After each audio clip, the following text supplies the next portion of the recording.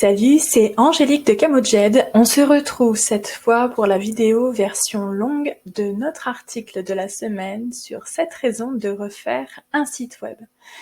Alors, la refonte d'un site web, c'est un événement stratégique dans toute démarche d'entreprise qui souhaite développer son activité et sa présence en ligne.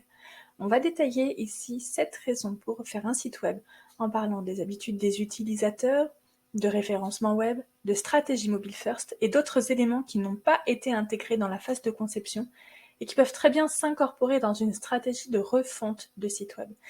Alors, ça c'est vraiment aujourd'hui une version audio de mon article que tu vas pouvoir retrouver sur le blog de Camojed. Rends-toi en pied de page de la page d'accueil, clique sur blog dans le menu secondaire et tu peux aller voir le dernier article. Évidemment, je sais que tout le monde n'aime pas lire, donc je me permets de faire cette petite vidéo rien que pour toi. On retrouve, comme dans la version courte, le menu. Je te propose aujourd'hui de détailler donc 7 bonnes raisons, mais j'ai un petit bonus pour toi à la fin. Allez, c'est parti pour la première raison. Donc, premièrement, on refait un site parce qu'il ne correspond plus aux habitudes de navigation de tes prospects.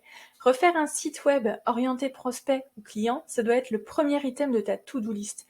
Ton site, tu ne l'as pas fait pour toi, mais tu l'as fait pour lui. Adapte-toi à ses habitudes, à lui, à ton prospect ou à ton client. Dans un premier temps, je te conseille de passer par une phase d'analyse du comportement. Tu as peut-être installé des balises comme Google Analytics ou Matomo, Matomo qui est d'ailleurs beaucoup plus recommandé au vu des dernières réflexions CNIL. Cela te permet du coup de savoir à quel moment un utilisateur sort de ton site, comment il t'a trouvé, ou bien encore combien de temps il passe sur ta page et surtout le nombre de conversions. C'est super important pour toi d'avoir en tête, par exemple, ton taux de rebond. Et sache que je vais faire un article dans les prochaines semaines sur les trois indicateurs, de ton site web. Pour en revenir à notre premier item, donc, regarde ce qui intéresse tes prospects et mets-le en avant sur ton site. C'est très important qu'ils puissent le trouver extrêmement facilement. Propose également peut-être de te spécialiser dans cette chose qui les intéresse. Ça peut repasser par la structuration du menu ou encore par l'ajout de boutons sur tes pages. La restructuration du menu permet souvent, en effet, de condenser les informations, d'avoir une première vision et surtout de faciliter donc la navigation, et pourquoi pas de découvrir d'autres services de ton site.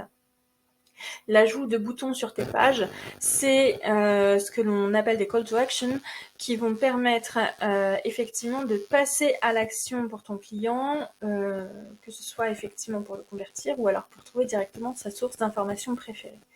Si tu trouves que ton taux de conversion est bas, alors dans la refonte web, tu devras obligatoirement inclure ces appels à l'action, ces call to action.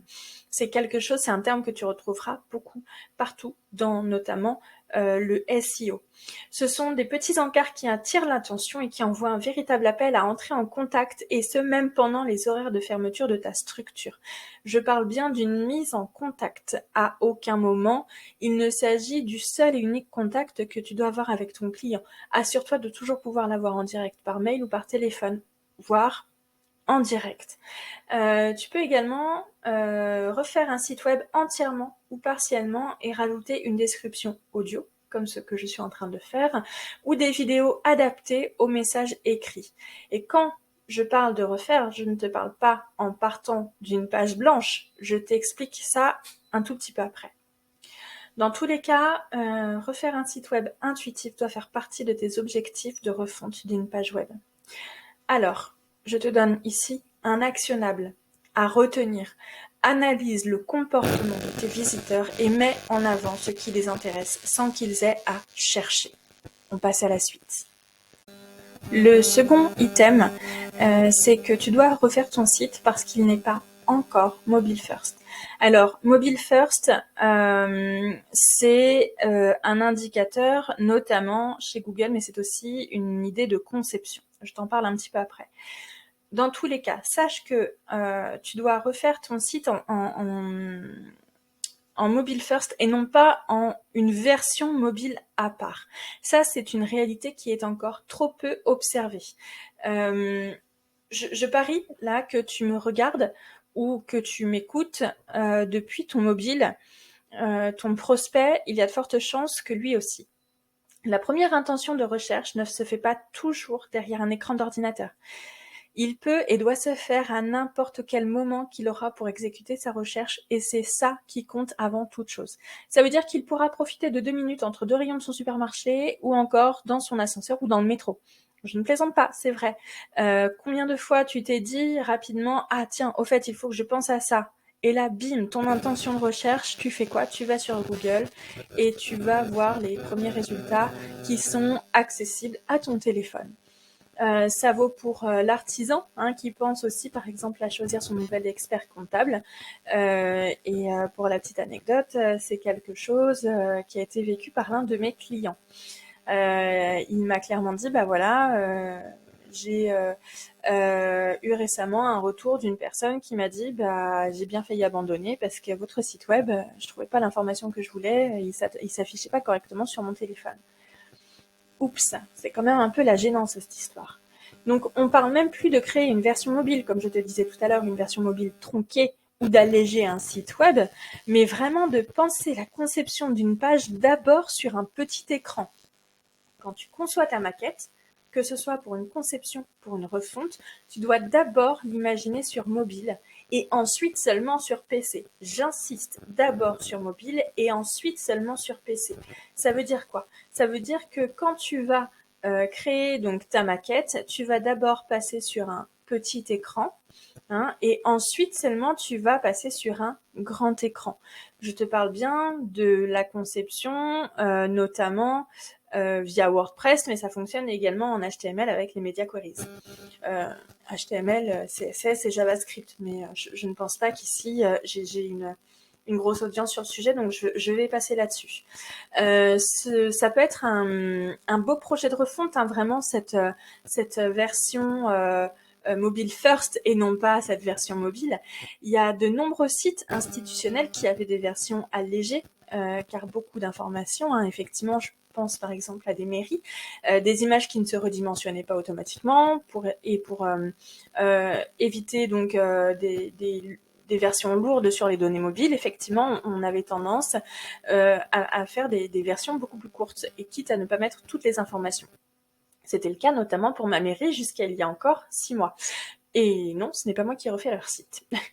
Comme je l'ai expliqué sur le premier temps, donc les habitudes d'utilisation évoluent et les consommations également.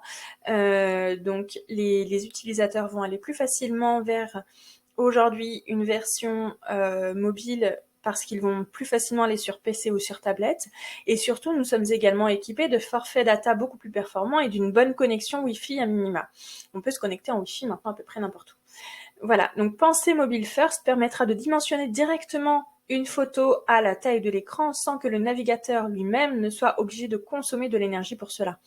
Que ton CMS fasse la conversion, c'est une chose, que ton navigateur le fasse, en est une autre. C'est donc aussi un bon geste pour la planète. Attention, on ne va pas s'embarquer dans quelque chose qui pourrait être qualifié de greenwashing.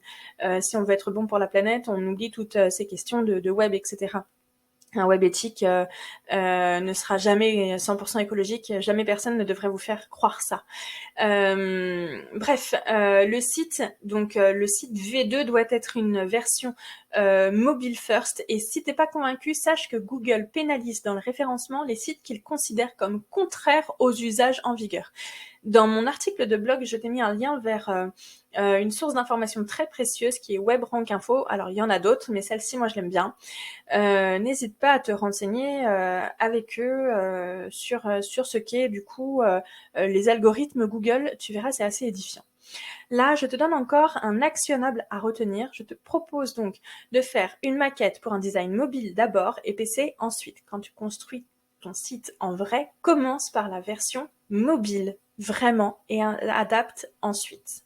Voilà, on passe à la suite.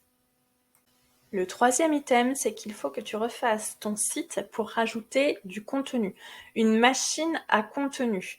Donc ça peut être quoi? Ça peut être un blog, ça peut être une FAQ ou une FAQ, ça dépend de la façon dont tu le dis, ou un lexique, etc. Ça peut être du texte, mais attention, tu dois toujours garder en tête que tu dois avoir un aspect commercial. C'est pour ça que je te propose de faire une notion d'information sur plutôt un autre espace que tes pages de service.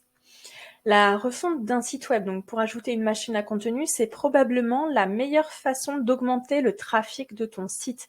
C'est quelque chose qui est chronophage, mais c'est aussi le plus simple techniquement. Comment faire vivre un site? C'est la priorité numéro 1 de tous les experts en SEO. Il existe plusieurs types de machines à contenu, comme je te l'ai dit, et donc plusieurs façons également de l'alimenter. On n'alimente pas de la même façon un blog que l'on alimente une FAQ ou un lexique. Attention. Ce sont autant de possibilités de rajouter du contenu écrit. En fonction de la thématique, moi je te conseillerais donc différents endroits et différents types de contenus différents. Cela dépend tout à fait de ton activité. Par exemple, tu vois, sur ma page d'accueil, moi j'ai une FAQ accordéon. C'est une FAQ qui se déplie, elle est tout en bas de ma page, elle répond à quelques questions, elle renvoie vers d'autres pages de mon site. Mais j'ai également un blog à part entière, hein, c'est d'ailleurs comme ça que tu me connais. Ce blog donc va délivrer beaucoup plus d'informations, va être beaucoup plus précis que cette FAQ. Néanmoins, la FAQ est parfaite sur ma page d'accueil pour augmenter le nombre de mots et ça, Google aime bien aussi. Le blog, lui, va apporter un contenu donc détaillé et d'autres liens vers d'autres pages. L'idée, c'est effectivement, dans ces cas-là, de se sortir d'un contenu commercial. On va apporter l'information pour apporter l'information et non pas pour vendre. Évidemment que ta seconde intention sera de vendre et c'est pour ça que tu dois remettre des liens vers tes pages de service. Attention, je ne dis pas que tu dois faire du bénévolat, mais les objectifs donc de tes différents types de contenus ne sont et ne doivent pas être les mêmes.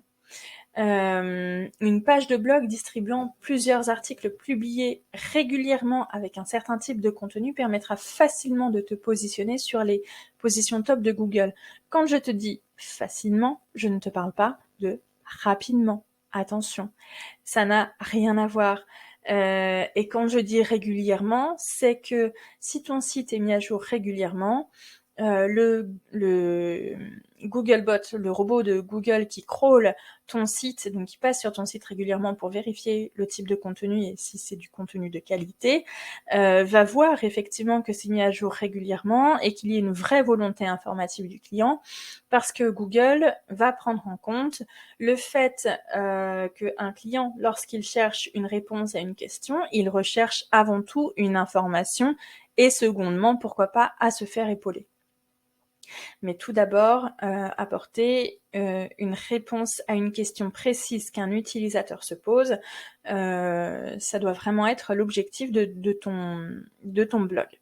En cas d'activité complexe, je te proposerais plutôt un lexique. Tu as par exemple une activité juridique. Attention, selon ton activité, tu ne dois pas faire de publicité, mais tu dois, encore une fois, informer ton client ou ton prospect. Un lexique, c'est absolument parfait quand tu as une verbose très particulière sur une page à part qui permet effectivement de répondre à des questions et surtout d'ajouter un vrai sens au vocabulaire technique que tu peux avoir très régulièrement. Ajoute à ça que tout ton contenu, tu peux le proposer partiellement ou totalement gratuitement. Mais tu peux également, si tu cherches à diffuser du contenu gratuit, également diffuser du contenu premium, moyennant quelques euros. On voit ça de plus en plus, effectivement. Du contenu de qualité toujours, que ce soit en version gratuite ou premium, mais augmenter lorsqu'il s'agit d'un contenu premium. Donc ça peut être sous forme d'abonnement, c'est ce que l'on voit régulièrement. Et cela se fait forcément par du coup une refonte de ton site web, puisqu'il faudra ajouter une fonctionnalité, ce que l'on verra un petit peu après. La première étape qui consistera à observer une thématique qui semble importante pour ta cible et à la décliner sous forme de mini-sujets et à poster de façon ultra régulière. C'est-à-dire que là, par exemple, cette année, pour ma part, et donc ça c'est l'actionnable que tu devras retenir, j'ai créé un calendrier éditorial orienté refonte de site web, et sur cette refonte de site web, je vais la décliner en plusieurs petites thématiques qui seront plus faciles et plus digestes à lire et à retenir.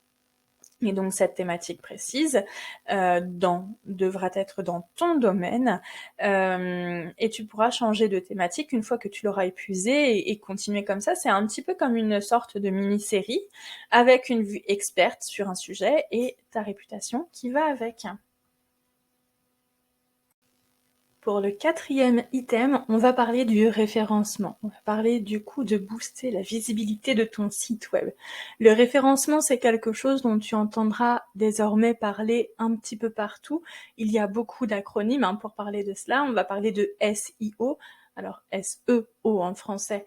On va parler de SEA, on va parler de SXO désormais, de SMO, de SEM, etc. Et j'en passe encore. On va synthétiser puisque le but ici, ce n'est pas de faire un cours sur le référencement, bien que ce soit une de mes pratiques préférées.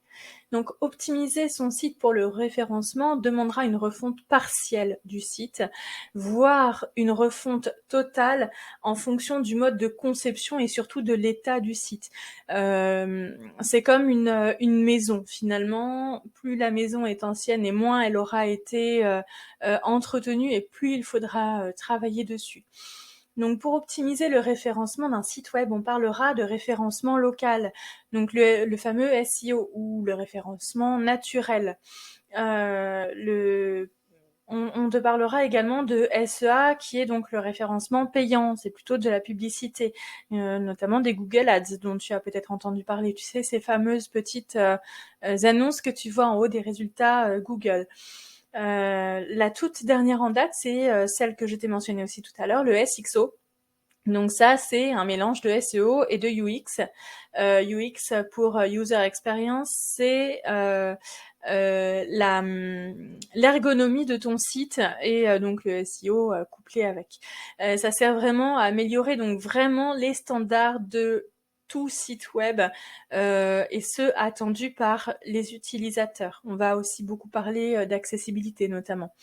Voilà, on peut aussi parler de référencement off-page, donc le SMO sur les réseaux sociaux. Donc c'est tout ce qui va aller autour du référencement classique. Donc il y a effectivement tout ce qui va être sur ton site web, mais il y a tout ce qui va être en dehors, notamment donc les fameux médias sociaux, Facebook, LinkedIn, Insta. Ça peut être également les annuaires, ça peut être tout un tas de choses et surtout le fameux Google My Business qui est vraiment ta priorité en termes de référencement. Pour ça, on va améliorer donc les données du site, les mots-clés, l'accessibilité, on va rajouter des datas structurées, donc du contenu enrichi qu'on appelle des rich snippets, et refaire l'optimisation des pages, rajouter des métadonnées. Il y a vraiment énormément à faire sur un site pour optimiser le référencement. Alors, il y a quelques bonnes pratiques que l'on peut mettre en place dès le départ, sinon on le fait après. Mais voilà, au fur et à mesure, le référencement va aller un petit peu plus en profondeur et c'est ça que l'on peut faire sur la refonte de ton site, voire pourquoi pas, si tu ne savais pas ce que c'était avant, le refaire complètement. On va pas se mentir, c'est un petit peu le bordel sur toutes les référencements, sur toutes les disciplines des référencements. D'autant plus que en plus de formes de référencement, il faut quand même que tu te dises que Google va faire évoluer ses algorithmes ultra fréquemment. Alors, tout à l'heure, je te parlais de WebRank Info, mais il y a également Olivier Andrieux, hein, qui est excellent dans sa pratique, qui va te donner plein d'informations via son site Abondance. Tu vas également pouvoir les trouver directement via le site Google, qui est plutôt bien fait, en fait, pour le coup. J'essaierai de te rajouter un lien puisque je n'y ai pas pensé pour l'instant, même si moi je me sers directement de cette source, en plus du reste, bien évidemment. Alors, mettre les bonnes pratiques qui t'auront été données, c'est une chose. Pour cela, en fait, il faut faire un audit. C'est absolument nécessaire. Si tu sens qu'effectivement ce long audit qui peut, j'ai déjà vu passer des audits de plus d'une centaine de pages, tu peux aussi le déléguer, hein, c'est bien évidemment, fais-toi aider. Ça nécessite un budget, hein, le référencement, ça peut coûter cher, c'est sûr, mais ne rien faire peut te coûter ton affaire. Alors après, c'est à toi de voir. Là, je vais te donner du coup l'actionnable, hein, à retenir. Donc, suis des blogs réputés en la matière, comme WebRank Info, comme je te disais, ou Olivier Andrieux, pardon. Construis donc ton plan page par page, donc page web par page web, d'accord. Chaque page n'aura pas peut-être besoin des mêmes actions, puisque tu avais peut-être déjà mis en place certaines actions à certains endroits. Installe les outils qui vont t'aider. Je pense à des plugins, notamment sur WordPress, comme Yoast, qui est très bien, ou SEO Press, que j'utilise moins. J'utilise beaucoup plus Yoast pour le coup. Même en free, hein, il n'y a pas besoin ici d'avoir du premium, hein, c'est pas absolument nécessaire. Et surtout, pense-y, le référencement, c'est tout le temps. C'est pas une action une fois et ça y est, ton site va remonter dans les 6-12 mois. Non, le référencement, c'est quelque chose qui est régulier, qui doit te demander effectivement un petit peu d'effort, un petit peu tous les mois, toutes les semaines, je ne sais pas, ça dépend de ton site internet. Et surtout, n'hésite pas, hein, pour te faire aider, contacte-moi bien évidemment. Allez, pour le 5e item, il en reste du coup plus que 3, le 5, 6, le 7. Ah, et le petit bonus, n'oublie pas. On va parler de la sécurité. Alors, l'une des raisons, hein, l'une des questions qu'il faut se poser aujourd'hui, c'est est-ce que mon site est suffisamment en sécurité par rapport à ce qu'il est. C'est-à-dire que l'on n'aura pas effectivement le même besoin en termes de sécurité que l'on soit sur un site de e-commerce ou un site vitrine. Néanmoins, je te demanderai de ne pas négliger dans un cas comme dans l'autre. Donc, ton site, si tu ne le mets pas à jour régulièrement, déjà, sache que c'est une vraie passoire en termes de sécurité. Le mettre à jour donc par des plugins, le mettre à jour par le langage, hein, notamment sur WordPress, c'est beaucoup c'est PHP qui prime. PHP, tu ne peux pas le mettre à jour via wordpress.org, mais par contre tu dois le faire via ton hébergeur, sauf si ton hébergeur le fait à ta place. Voilà, c'est aussi cacher des portes. On va reprendre l'analogie de la maison. Imagine chez toi, je pense que tu as une porte. Cette porte, à partir du moment où elle a une serrure et où elle existe, un cambrioleur pourra l'ouvrir. Il y mettra le temps qu'il faut, s'il est bien acharné, il réussira à l'ouvrir. Et ben ton site internet, c'est exactement la même chose. Je te propose donc de planquer cette porte, et cette porte, elle s'appelle ton nom de domaine quelque chose /wp-admin. Alors wp exactement, pardon, -admin. Ça, c'est ta porte d'entrée. Généralement, les gens ne la masquent pas, et c'est vraiment la porte d'entrée de tous les sites WordPress de base. La modifier n'est pas très compliqué. Il y a des plugins qui existent pour ça et qui le font presque à ta place. Il faudrait quand même le configurer et faire très attention que ton site fonctionne toujours ensuite, et surtout de bien retenir tes identifiants. Quoi qu'il en soit, ne fais rien sans avoir les mots de passe de ton FTP et de ta base de données. Si tu ne sais pas de quoi je parle, c'est pas impossible. Évidemment, je te conseille là aussi de te faire aider. Si c'est un sujet qui t'intéresse, je pourrais peut-être aller plus loin effectivement dans la sécurité. Donc, C'est un sujet vraiment très très vaste, hein, effectivement. Tu dois mettre par exemple en place un firewall, tu dois l'analyser régulièrement. Donc il y a des outils comme SecuriCheck par exemple qui va te permettre de savoir si oui ou non ton site est piraté. Tu peux avoir WordFence en plugin. Hein, il va falloir également que tu penses à sauvegarder ton site régulièrement parce que si ton site se fait pirater, que tu lui dis au revoir, tu vas t'en vouloir alors que tu auras passé énormément d'heures dessus. Voilà, donc il y a tout un tas de protocoles. Tu peux mettre aussi en place une 2FA, donc c'est ce qui s'appelle l'authentification à double facteur, hein, qui utilise 2 moyens de connexion différents, qui doivent obligatoirement être à portée de main de la personne qui se connecte. Il y a plein de petites choses. Comme je te disais, ce n'est pas parce que tu as un site vitrine qu'il ne doit pas être sécurisé, c'est pas parce qu'il n'y a pas de paiement qui passe dessus qu'il ne doit pas être sécurisé, parce que encore récemment, j'ai un agriculteur du secteur, son épouse me dit moi je sais faire des sites web, mais voilà, ça m'agace parce que mon site web il s'est fait pirater. Tu sais faire un site web, c'est génial. Pour autant, s'il te plaît, pense à la sécurité. La sécurité, c'est simple, c'est qu'en face, on a des petits malins qui cherchent à prendre le contrôle de ton site pour X ou Y raison. À mon avis, il n'y en a aucune de bonne. Et ce jour-là, tu ne peux plus strictement rien faire. Tu n'as plus le contrôle ni sur ton domaine, ni sur quoi que ce soit. Et c'est quand même dommage. Voilà. Donc, comme je te disais tout à l'heure, quand certains plugins ne sont pas à jour, c'est une chose, mais il y en a certains qui ne sont plus mis à jour par le développeur. Et donc ça, ce sont des failles de sécurité qui sont vraiment majeures. C'est simple, il y a toujours des petits bugs dans les programmes qui sont développés parce que c'est développé par des humains, tout simplement. Et ces petites failles de sécurité, si on laisse le temps à quelqu'un de les découvrir, forcément il va s'en servir. Par exemple, dernière en date, on a Caldera qui n'est plus mis à jour, qui est un plugin de formulaire de contact, qui était l'un des plugins les plus renommés, les plus connus. Voilà, il faut, à un moment donné, il va falloir effectivement mettre en place un changement, et ça fait déjà partie de ton protocole de sécurité. Il va falloir repenser du coup l'utilisation du site, retrouver du coup des plugins compatibles et les paramétrer de façon cohérente. Attention toujours à la compatibilité de plugins. On va te proposer d'installer des redirections, on va te proposer d'installer des certificats SSL. Attention, certains plugins entre eux peuvent te faire cracher ton site si jamais de base il n'était pas compatible. Alors comme on le sait, parfois on ne le sait pas.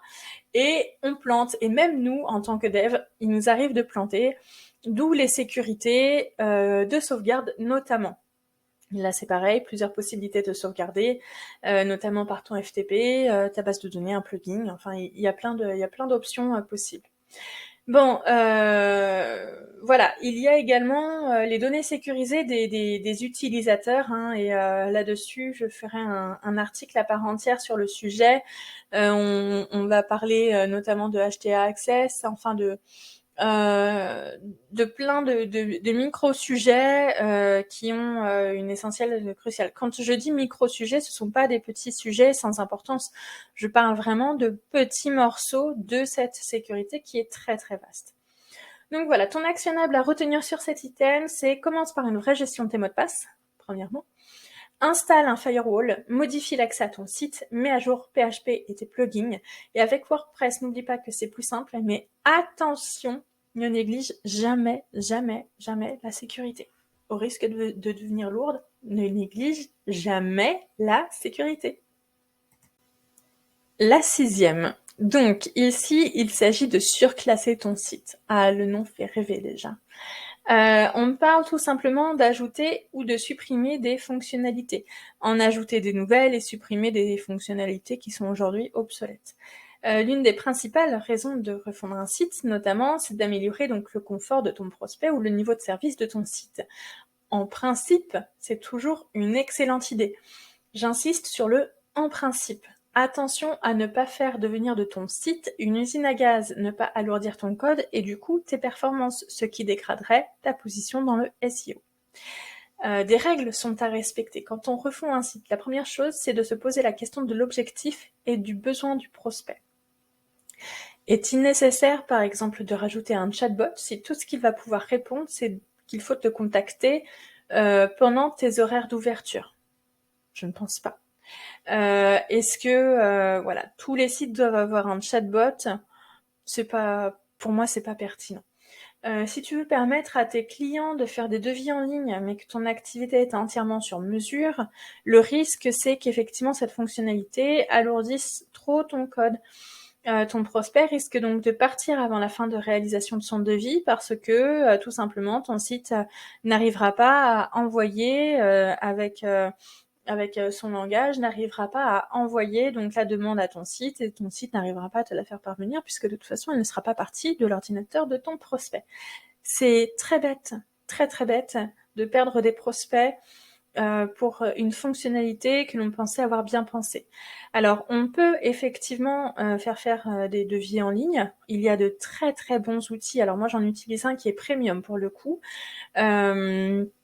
Qui n'est pas très cher, mais qui est visuellement top et relativement simple, mais long à mettre en place.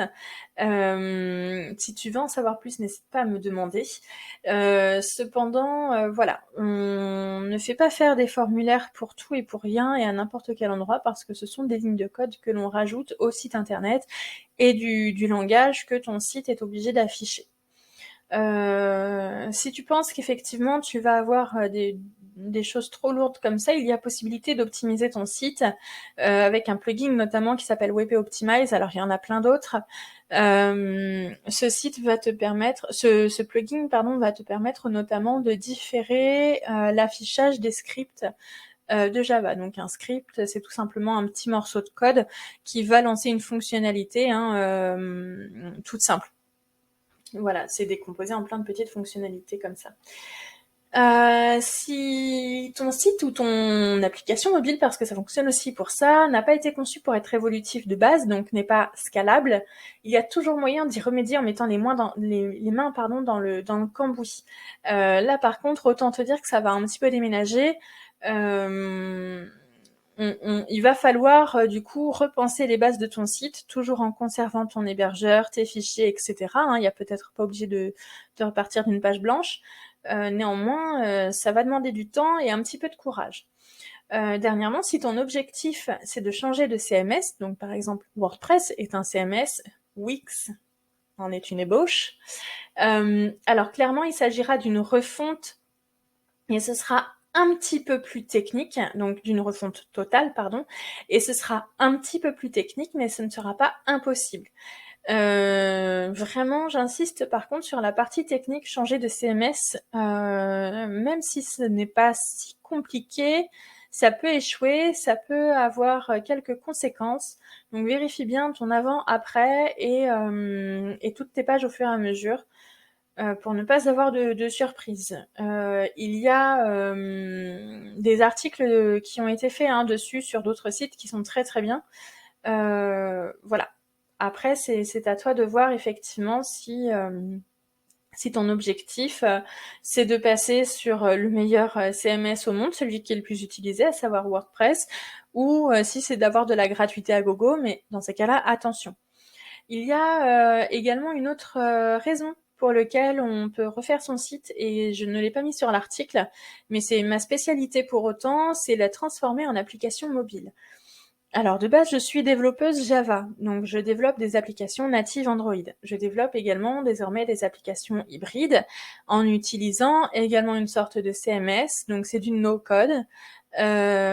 Si tu veux en savoir plus sur le no-code, j'essaierai de refaire un site ou du low code parce qu'effectivement il m'arrive quand même de mettre les mains dans le cambouis derrière, dans le code directement.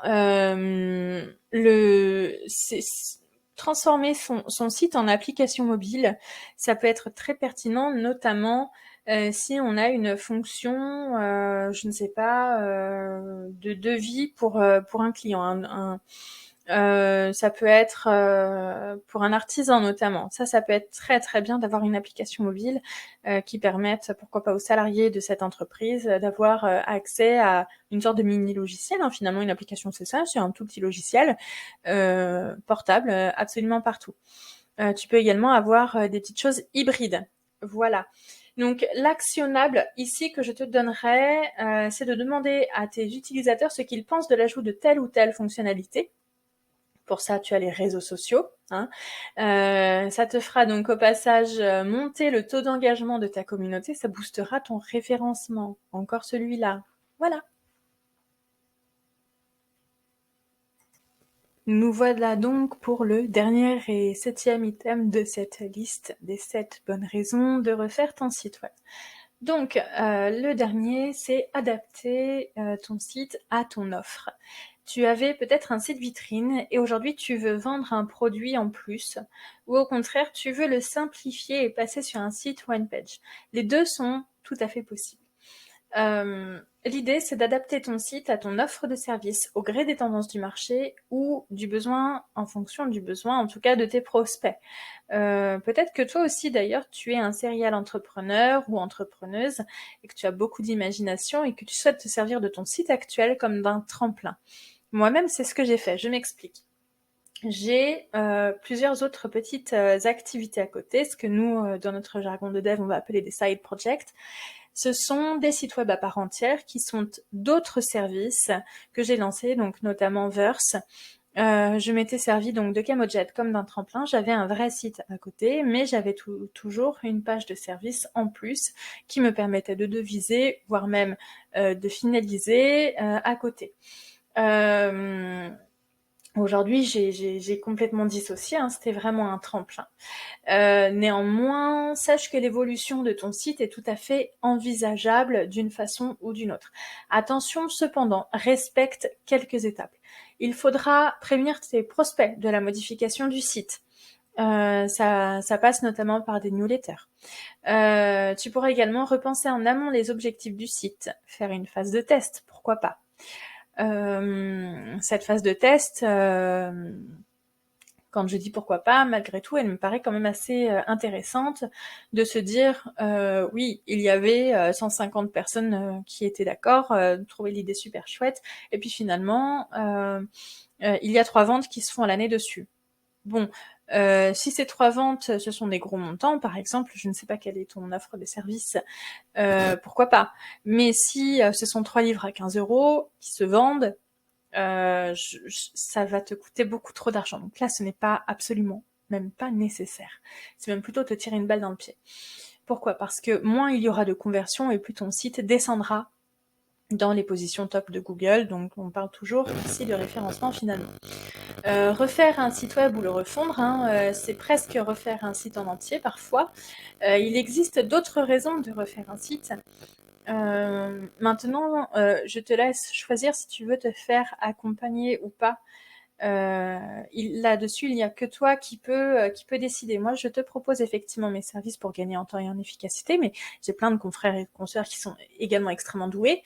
Ceci dit, j'ai des outils premium qui me permettent de répondre à tes besoins et surtout, j'utilise un constructeur et un thème qui s'appelle Divi et que je distribue donc puisque j'en ai la licence. Donc l'actionnable à retenir sur cette 7e partie, c'est, voilà, moi je déteste le gâchis et je crois vraiment à l'upcycling des sites web, comme on peut upcycler n'importe quel objet finalement, même si celui-ci n'est pas physique. Pour ça, tu dois te poser les questions suivantes: quels sont mes objectifs, quels sont mes nouveaux services et à qui s'adresse-t-il? C'est un petit peu comme si tu démarrais d'une page blanche, sauf que tu te resserres de tes outils que tu avais, et ça, pour moi, ça fait toute la différence. Voilà, donc là, on va parler du petit bonus. La dernière des choses, la dernière des raisons, pardon, pour refaire ton site, c'est la mise en conformité RGPD. Alors, la RGPD, c'est quoi? C'est tout simplement le fait que tu récoltes des données sur tes utilisateurs, que ce soit une adresse mail, son comportement, etc. C'est de prévenir ton utilisateur, ou en tout cas lui laisser la possibilité de s'informer très facilement sur cela, voilà, de ce que tu peux ou pas faire de ces données, si tu les as anonymisées ou pas, là-dessus via Matomo. Ce sont des obligations CNIL. La CNIL donc est un organisme qui est là pour protéger du coup toutes ces données et toutes ces collectes, et donc les utilisateurs surtout derrière, qui va réglementer. Et aujourd'hui, si ton site n'est pas en conformité RGPD, tu as des amendes et de la prison qui sont à portée de main, littéralement. C'est quelque chose sur lequel on ne plaisante pas et sur lequel même des gros sites se sont fait épingler. Les petits y passent aussi, c'est pas un souci pour eux, et bien au contraire, et c'est tant mieux. On doit avant toute chose penser à la protection du coup de nos utilisateurs. Cette RGPD, donc c'est également la mise en place des CGV, les conditions générales de vente, ou les conditions générales d'utilisation s'il n'y a pas de vente, et c'est également les mentions légales, une politique de confidentialité, etc. Aujourd'hui, c'est trop peu utilisé. On a encore des sites où il n'y a même pas de bannière de cookies, qui s'affiche clairement si oui ou non je veux ou pas qu'il y ait des cookies, que l'on mettra ou pas. C'est pas possible aujourd'hui de continuer à avoir des choses comme ça. Il faut savoir que ça engage à la fois la responsabilité de ceux qui ont fait le site, en interne ou en externe, donc du dev interne ou du prestataire de service qui t'aura fait ton site, mais ça engage également ta responsabilité en tant que chef d'entreprise. Et quand je parle de prison et d'amende, c'est plutôt salé, en fait. Je ne plaisanterai pas sur le sujet. Voilà, donc ça c'était mon petit bonus, ta mise en conformité RGPD qui est très importante. Tu peux retrouver des modèles de mention légale et de RGPD de façon classique un petit peu partout. Tu as des plugins qui vont t'aider pour tes cookies. Mais tu peux également te faire aider de juristes sur le sujet. Alors c'est pas eux qui vont te mettre techniquement sur le site tout ce que tu dois mettre. Par contre, ils vont pouvoir valider effectivement la légalité de ce que tu vas écrire. Et ça, c'est très important. On peut s'en passer pour des petites structures à condition qu'elles existent et qu'on se fie à un modèle clair, que l'on ne fasse pas n'importe quoi, et surtout on va pouvoir aller vérifier sur le site de la CNIL que nous sommes en conformité. Par contre, je recommande tout de même vivement de se faire aider par un juriste sur le sujet. Ils sont habitués, ils sont là aussi pour ça. Moyennant, bien évidemment, encore quelques euros, mais c'est des choses sur lesquelles on ne peut pas se permettre de faire l'impasse aujourd'hui en 2022. Voilà, donc moi j'ai fini avec mes sept bonnes raisons de refaire ton site web. C'était donc la première vidéo de cette série sur la refonte du site, puisque je me suis spécialisée donc sur la refonte de sites web. Je pense qu'il y a déjà beaucoup de sites qui ont été créés et qu'aujourd'hui on peut faire beaucoup de choses avec des sites qui ont déjà été créés. On peut les faire évoluer, on n'est pas obligé de tout jeter à la poubelle pour tout recommencer. Ce que je te propose maintenant, c'est de venir tout déchirer avec moi. Sache que je réponds gratuitement à tes questions chaque vendredi matin à 9h30 pendant 30 minutes, en visio ou par téléphone, probablement pas en direct. Pour cela, il n'y a rien de plus simple. Tu t'abonnes sur mes réseaux et tu m'envoies un mail via mon site, camojet.com. Tu verras, il y a dans le menu contact. Voilà, une fois que ce sera fait, on prend ce petit temps tous les deux et soit sur cet épisode, soit pourquoi pas sur ma vie d'entrepreneur, soit sur un besoin technique de ton site. En tout cas, sache que pendant 30 minutes, par contre 30 minutes montre en main, je réponds vraiment gratuitement à tout ça. Et si tu le souhaites, ta question, peut-être même ton entretien, si tu souhaites qu'il soit enregistré, on pourra le rediffuser en direct, parce que sache que les questions que tu te poses, peut-être que beaucoup se le sont déjà posées. Surtout, il n'y a pas de questions bêtes, je répondrai vraiment à tout ça. Voilà, donc j'ai fini pour aujourd'hui. Tu peux retrouver donc tous les jours sur les réseaux sociaux différents contenus, ma vie d'entrepreneur, ce sujet-là décliné en plusieurs parties, en plusieurs morceaux. Tu viens d'entendre mon téléphone vibrer, j'en suis navrée. Je suis sur TikTok, sur LinkedIn, sur Facebook, sur Insta, sur YouTube. Surtout fais-toi plaisir. Je sais qu'il y a autant de personnes que d'envie et de moyens différents pour suivre les supports et les conseils que l'on va te donner. Dans tous les cas, je reste disponible. N'hésite pas à m'appeler ou à m'envoyer un mail. Je te souhaite une excellente journée et je te dis à la semaine prochaine où on va répondre à cette question. Pourquoi ton site ne fait pas décoller tes ventes? Et là, attention, ça va déménager et je peux t'assurer que tu vas probablement me détester. Allez, salut!